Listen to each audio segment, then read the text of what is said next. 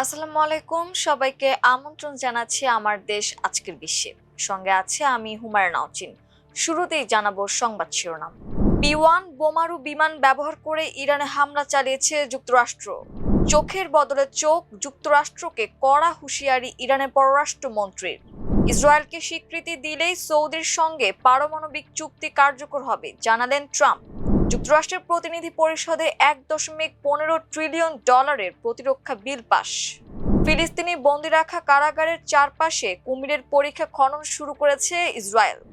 বেলুচিস্তানে পাকিস্তানি সেনাবাহিনীর অভিযানে 10 সন্ত্রাসী নিহত। ভারতের কাশ্মীর জুড়ে ব্যাপক ধরপাকড়, আটক 2000। শুনছিলেন সংবাদ শিরোনাম, এবারে জানাবো বিস্তারিত। ইরানের ওপর হামলায় B1 বোমারু বিমান ব্যবহার করেছে যুক্তরাষ্ট্র। মার্কিন কর্মকর্তাদের বরাত দিয়ে দেশটির গণমাধ্যম অ্যাক্সিওসের খবরে একথা বলা হয়েছে। গত 21শে জুলাই রাতে ইরানের ইসলামিক রেভলিউশনারি গার্ড কোরের বিভিন্ন লক্ষ্যবস্তুতে হামলায় দূরপাল্লার একটি B1 বোমারু বিমান ব্যবহার করা হয় বলে জানিয়েছে সংবাদ মাধ্যমটি।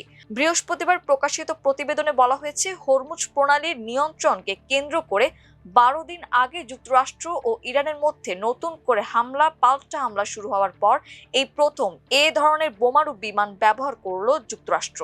অ্যাক্সিওস জানিয়েছে, মার্কিন B1 বোমারু বিমানটি যুক্তরাজ্যের একটি বিমান ঘাঁটি থেকে অভিযানে অংশ নিয়েছিল। এ ধরনের সামরিক বিমান প্রায় 900 কিলোগ্রামের বেশি ওজনের 24টি বোমা কিংবা কয়েক ডজন ক্রুজ মিসাইল বহনে সক্ষম।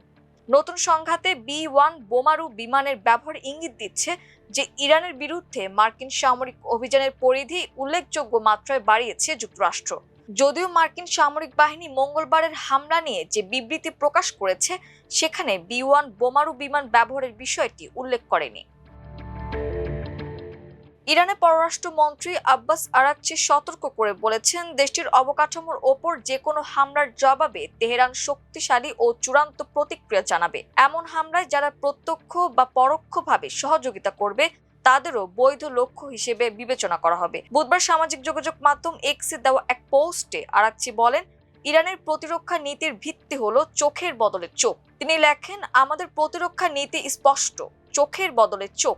ইরানের বিরুদ্ধে যে কোনো আগ্রাসন, বিশেষ করে আমাদের অবকাঠামোর ওপর হামলা, শক্তিশালী ও সিদ্ধান্তমূলক জবাব দিতে বাধ্য করবে। আরাকচি আরো বলেন, যারা এমন আগ্রাসনে যে কোনো ধরনের সহায়তা দেবে তাদেরও বৈধ লক্ষ্য হিসেবে বিবেচনা করা হবে।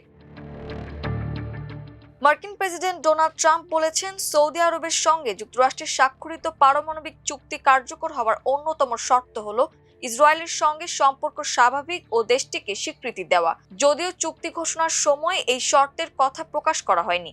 খবর এনবিসি নিউজের। বৃহস্পতিবার সামাজিক যোগাযোগ মাধ্যম ট্রুথ সোশ্যালে দেওয়া এক পোস্টে ট্রাম্প বলেন, চুক্তির আওতায় কোনো ধরনের ইউরেনিয়াম সমৃদ্ধকরণের সুযোগ থাকবে না।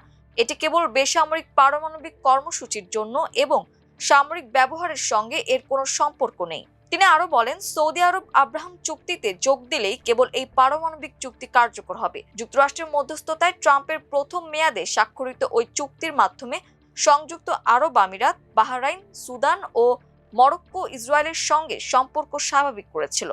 তবে বুধবার মার্কিন জ্বালানি বিভাগ চুক্তির ঘোষণা দিলেও সেখানে ইসরায়েলকে স্বীকৃতি দেওয়া বা আব্রাহাম চুক্তিতে যোগদানের কোনো শর্তের উল্লেখ ছিল না। চুক্তির পূর্ণাঙ্গ পাঠও এখনো প্রকাশ করা হয়নি এবং ট্রাম্প প্রশাসন আনুষ্ঠানিকভাবে এর বিস্তারিত জানায়নি। মার্কিন জ্বালানি মন্ত্রী ক্রিস রাইট ও সৌদি জ্বালানি মন্ত্রী প্রিন্স আব্দুল আজিজ বিন সালমান চুক্তিতে সই করলেও এটি এখনো কংগ্রেসের অনুমোদন পায়নি। যুক্তরাষ্ট্রের হাউস অব রিপ্রেজেন্টেটিভস এ প্রায় $1.15 ট্রিলিয়ন প্রতিরক্ষা ব্যয় অনুমোদনের একটি বিল অল্প ব্যবধানে পাশ করেছে। 2027 সালের ন্যাশনাল ডিফেন্স অথরাইজেশন অ্যাক্টের আওতায় বিলটি পাশ হয়। বিলটিতে ইসরায়েলের সঙ্গে সামরিক প্রযুক্তি ও সরবরাহ ব্যবস্থায় আরও ঘনিষ্ঠ সহযোগিতার প্রস্তাব থাকায় ডেমোক্রেটদের পাশাপাশি কয়েকজন রিপাবলিকানও আপত্তি জানিয়েছেন। বুধবার অনুষ্ঠিত ভোটে বিলটি 216 থেকে 212 ভোটে পাশ হয়। অধিকাংশ সদস্য দলীয় অবস্থান অনুযায়ী ভোট দিলেও 6 জন ডেমোক্রেট বিলটির পক্ষে এবং 7 জন রিপাবলিকান এর বিপক্ষে ভোট দেন। ইরান যুদ্ধের সমালোচক হিসেবে পরিচিত রিপাবলিকান কংগ্রেসম্যান থমাস ম্যাসি ভোটের পর সামাজিক মাধ্যমে বলেন, বিলটির ধারা 219 যুক্তরাষ্ট্রের সামরিক প্রযুক্তি ও সরবরাহ শৃঙ্খলকে ইসরায়েলের সঙ্গে আরও একীভূত করবে, যা তিনি দেশের সার্বভৌমত্বের পরিপন্থী বলে মন্তব্য করেন। তিনি আশা প্রকাশ করেন বিলটি সিনেটে পাশ হবে না।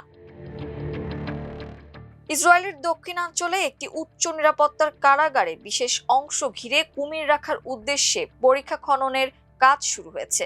এই কারাগারটিতে হামাস সদস্যদের রাখা হয়েছে। দেশটির একটি সংবাদ মাধ্যমের প্রতিবেদনে এ দাবি করা হয়েছে। বুধবার ইয়েদিওত আহরনোত পত্রিকা এ সংক্রান্ত প্রতিবেদন প্রকাশ করে।